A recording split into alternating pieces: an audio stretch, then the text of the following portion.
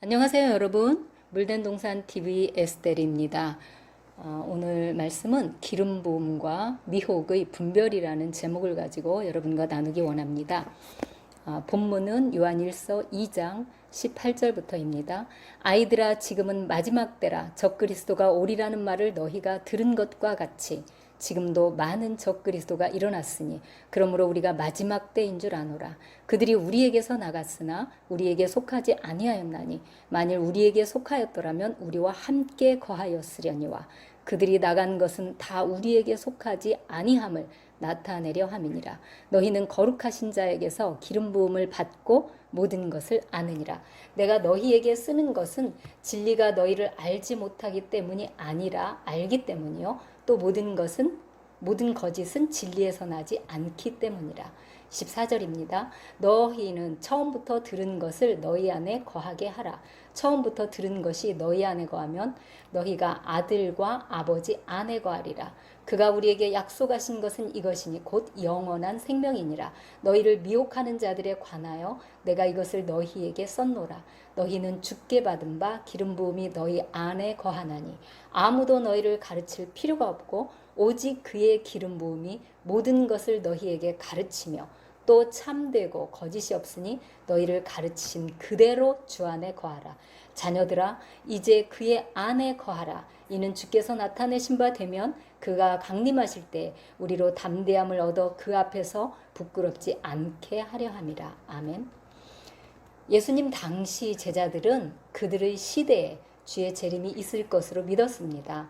만일 당시 유대인들이 회개하고 사도들이 전한 십자가에 못 박히신 그리스도와 부활을 받아들이고 또 제사장 나라로서 온 나라의 복음을 전했더라면 예수님의 재림이 당대에 일어날 수도 있었을 것입니다. 그래서 그들이 소망했던 대로 이스라엘은 그리스도의 왕국이 되고 우리 주님은 예루살렘으로 오셔서 만왕의 왕으로서 통치하는 천년왕국이 실현되었겠죠. 요한계시록을 제외한 신약 성경의 책들은 이러한 상황을 염두에 두고 종말에 대한 말씀들을 연구할 필요가 있는 것 같습니다. 그런데 유대인들이 복음을 거절함으로 그리스도의 복음은 유대인을 지나서 이방인들에게로 먼저 전해집니다. 이방인 선교를 담당했던 사도 바울은 말하기를 이방 민족들이 다 주께로 돌아온 후 이방 나라에 의해 이스라엘에게 다시 복음이 전해질 것이며 그 후에 그리스도께서 오실 것이라고 말하고 있습니다. 선교 역사에서 이스라엘이 땅 끝이 되는 것입니다. 초대교회 당시 예수님께서 곧 다시 오실 것이라는 재림에 대한 소망은 사도들과 성도들의 부지런함을 일깨웠고 또 어떤 환난이나 핍박도 견디어낼 힘이 되었을 것입니다. 그런데 그 후로는 재림의 시기가 늦추어지면서 그리스도인들의 신앙이 점점 해이해지고 세속화되어 초대교회 신앙의 순수성을 잃어버리게 되지 않았나 싶습니다. 그리고 오늘날에는 휴거니 재림이니 또 마지막 때라는 말을 하면 이단 취급을 당하기에 이르렀죠. 그래서 사도 베드로는 이렇게 말합니다. 고린도 후서 3장 3절입니다. 먼저 이것을 알지니 말세에 조롱하는 자들이 와서 자기의 정욕을 따라 행하며 조롱하며 이르되 주께서 강림하신다는 약속이 어디 있느냐. 조상들이 전후로부터 만물이 처음 창조될 때와 같이 그냥 있다 하니 이는 하늘이 옛적부터 있는 것과 땅이 물에서 나와 물로 성립된 것도 하나님의 말씀으로 된 것을 그들이 일부러 잊으려 함이로다. 아멘. 이 말씀은 지금 오늘날 교회 안에서 일반적으로 볼 수 있는 현상입니다. 그렇죠? 앞의 본문에서 사도 요한은 적그리스도들 또는 적그리스도에 속한 자들은 우리와 전혀 무관했던 불신자들이 아니고 우리에게서 나간 자들이라고 합니다. 그렇다면 우리는 그들이 바로 WCC나 WEA 그리고 NCCK 등과 관련이 있다고 유추할 수가 있을 것입니다. 이들은 우리와 함께 있었지만 우리에게 속한 자들이 아니었다는 것이죠. 마귀가 뿌려놓은 가라지인 것입니다. 그리고 20절에서 우리가 이러한 미혹들을 분별할 수 있는 것은 거룩하신 이로부터 기름 부음을 받았기 때문이라고 말씀합니다.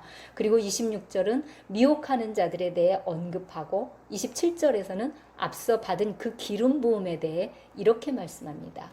너희는 주께 받은 바 그 기름 부음이 너희 안에 거하나니 아무도 너희를 가르칠 필요가 없고 오직 그의 기름 부음이 모든 것을 너희에게 가르치며 또 참되고 거짓이 없으니 너희를 가르치신 그대로 주 안에 거하라.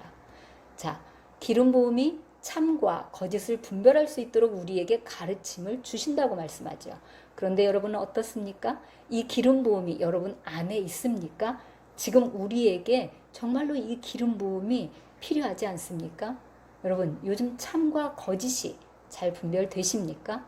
이쪽 말을 들어보면 그것이 그럴듯하고 또 저쪽 말을 들어보면 그도 그럴듯하지 않나요? 왜냐하면 모두 다 성경을 가지고 말하고 있기 때문입니다. 이는 분별이 말씀만 가지고는 어렵다는 것을 의미하기도 합니다. 말씀 플러스 말씀을 정확하게 우리에게 풀어주는 기름 부으심이 있어야 합니다. 기름 부음이란 구체적으로 무슨 뜻일까요? 우리 교회에서는 기름 부음이라는 말을 보통 성령의 어떤 능력과 현상에 관련지어서 생각합니다만 이것은 좀 잘못된 이해입니다. 성경에서 말하는 기름 부음은 어떤 목적을 위해 특별히 거룩하게 구별하다는 뜻입니다. 기름 부음이 어디서 어떻게 시작되고 행해졌는지 그 근원을 살펴보면 그것을 쉽게 알 수 있습니다. 기름 부음은 성전, 성막과 관련된 말입니다. 하나님께서 거하시는 곳을 성막 또는 성전이라고 하죠. 성경에서 가장 먼저 언급된 것은 창세기 28장입니다. 형 에서를 피해 정처 없이 도망하던 야곱은 베델에 이르러 노숙을 하게 되죠. 돌을 베개 삼고 하늘을 이불 삼아 잠을 잡니다. 그런데 놀랍게도 여기서 야곱은 꿈속에서 하나님을 만나고 아브라함의 약속을 상속받습니다. 이튿날 잠에서 깬 야곱은 베개 삼았던 돌을 취해서 기둥을 세우고 그 위에 기름을 붓죠. 그리고 이 돌이 하나님의 집이라고 말합니다. 하나님의 집을 세우기 위해 베개 삼았던 돌을 기름을 부어 거룩하게 한 것입니다. 기름 부음에 대한 보다 구체적인 말씀을 출애굽기 40장에 나옵니다. 모세와 이스라엘 자손은 하나님의 지시에 따라 성막과 그 안에서 사용할 기물들을 다 완성한 후 성막을 봉헌하죠.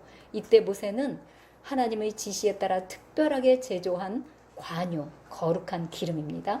관유를 가져다가 성막과 번제단과 그 안에서 사용될 모든 기물들에 바르게 합니다. 또 성막에서 제사장으로서 섬기게 될 아론과 그의 아들들을 데려다가 관유를 붓습니다. 40장 9절부터 한번 읽어보겠습니다. 또 관유를 가져다가 성막과 그 안에 있는 모든 것에 발라 그것과 그 모든 기구를 거룩하게 하라. 그것이 거룩하리라. 또 너는 번제단과 그 모든 기구에 발라 그 안을 거룩하게 하라. 그 제단이 지극히 거룩하리라.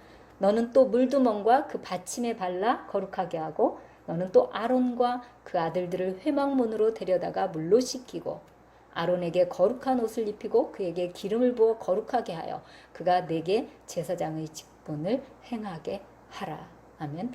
자, 여러분 위의 구절에서 가장 많이 나온 단어가 무엇인지 아시겠습니까? 네, 거룩입니다. 거룩하게 하고 거룩하리라. 하나님은 거룩하십니다. 성전도 거룩해야죠. 거룩하지 않으면 하나님께서는 거기 계실 수가 없습니다. 성전에서 쓰임받는 도구들도 모두 거룩해야 합니다. 거룩할 뿐 아니라 순전해야 합니다. 그래서 성전의 모든 기물들은 다 정금으로 만들게 하셨습니다. 오늘 본문에서 사도 요한이 말하고 있는 기름 부음은 바로 이 거룩함을 위한 기름 부음입니다. 저와 여러분은 하나님이 거하시는 성전입니다. 주님은 우리를 하나님 앞에 흠이 없고 정결하게 세우시려고 연단하십니다. 순금이 만들어지려면 광산에서 캐낸 원석을 용광로에 던져 녹여서 불순물을 제거해야 되죠. 이처럼 연단의 과정을 거쳐 우리 안에 있던 불순물들이 제거되면, 다시 말해 우리가 정금같이 재련되면 위로부터 거룩함의 기름이 임합니다. 이 거룩함의 기름은 성령입니다. 그리고 우리는 왕같은 제사장으로 하나님을 섬깁니다. 우리는 우리 자신이 하나님의 성전일 뿐 아니라 그분을 섬기는 왕같은 제사장으로 부름받았습니다. 기름 부음의 역할은 우리를 속되고 더러운 것들로부터 구별하는 것입니다. 구약의 기름 부음은 성령님이 오심으로 우리에게 성취되었죠. 성령은 Holy Spirit, 말 그대로 거룩의 영, 더러운 것으로부터 우리를 거룩하게 구별하는 영입니다. 그래서 우리는 적그리스도에게서 나온 어떤 미혹의 진리를 접하게 되면 실제로도 그것에 대해 어떤 거부감이나 더러움 또는 메스꺼움 같은 느낌을 갖기도 합니다. 내 영이 그것을 알고 거부하는 것이죠. 그리스도의 보혈의 피로 깨끗하게 씻음받고 성령으로 말미암아 거룩해진 심령은 더러운 영을 용납할 수 없습니다. 또 성령님은 진리의 영입니다. 우리로 하여금 성경 말씀을 바르게 알게 하시고 악령의 거짓 진리들을 분별하게 하시죠. 이 거룩한 기름 부음의 과정이 없이 성령님을 어떤 능력이나 은사만을 주는 분으로 착각하고 사모하게 되면 악령의 미혹에 빠지기가 아주 쉽습니다. 많은 은사자들이 이 문제에 걸려 있는 것을 보는데 참으로 안타까운 일입니다. 오늘의 본문 말씀은 지금 우리 시대를 위해 특별히 주어진 말씀인 것 같습니다. 우리가 사탄의 미혹에 이끌리지 않으려면 우리 자신을 온전히 정결하게 지키고 또 거룩한 성령으로 충만하게 되길 힘써야 할 것입니다. 어떤 분들은 휴거 시점이 대환란 전인가 후인가 아니면 대환란 중에 일어나는가 하는 문제로 고민합니다. 그런데 우리가 성경을 보면 이 세 가지 국면이 다 가능성이 있습니다. 사실 휴거의 시점은 우리에게 크게 중요하지 않습니다. 중요한 것은 지금 우리가 휴거 신부로 합당한 삶을 사느냐 그렇지 못하느냐에 있습니다. 우리가 늘 정결하고 거룩하게 자기를 지키며 세상과 타협하지 않고 오직 주의 나라를 사모하며 성령의 인도하심을 따라 살고 있다면 주님께서 언제 오셔도 아무 문제가 없을 것입니다. 우리는 살아있는 성전입니다. 한번 기름 부음을 받은 것으로 끝나는 것이 아니라 살아계신 성령님과의 지속적인 교통과 교제를 통해 매일 신선한 기름 부음을 공급받아야 합니다. 그래서 나날이 새로워지고 더욱 거룩해져서 마침내는 그리스도와 같은 영광스러운 형상으로 옷 입게 되는 것입니다. 이 과정에 있는 것이 휴거 신부입니다. 이 방송을 꾸준히 청취하는 분들은 그 안에 기름 부음이 있고 또 그것이 무엇인지를 느낌으로나 영으로 아는 분들일 것입니다. 저의 채널이 인기가 없는데도 불구하고 여러분 안에 있는 그 기름 부음이 여기를 떠나지 않고 계속 듣도록 여러분을 인도하시는 것이죠. 우리 모두 휴거 신부로 자신을 준비하는 저와 여러분 되기를 축복합니다. 기도합니다. 하나님 아버지, 저희를 사람으로 만들어주시고 또 거룩한 자녀 삼아주신 것을 감사합니다. 저희를 데리러 다시 오마 약속하신 주님, 마라나타, 속히 오시옵소서. 주님, 악한 원수는 갖가지 거짓된 진리들을 가지고 어떻게 하든 저희를 주님으로부터 갈라놓으려고 합니다. 주여 저희를 지켜주시옵소서. 이 메시지를 듣고 자신을 준비하는 사랑하는 모든 형제와 자매님들을 주 보혈의 피로 정결케 하시고 기름 부어주셔서 주님 오시는 그날까지 저희를 정결하고 거룩하게 구별하여 주옵소서. 이 혼탁한 때에 악한 영들이 저희들을 만지지도 못하게 하여 주옵시고 또 아직도 잠자고 있는 주의 몸된 교회들이 깨어 일어나 거룩한 신부로 준비되게 하옵소서.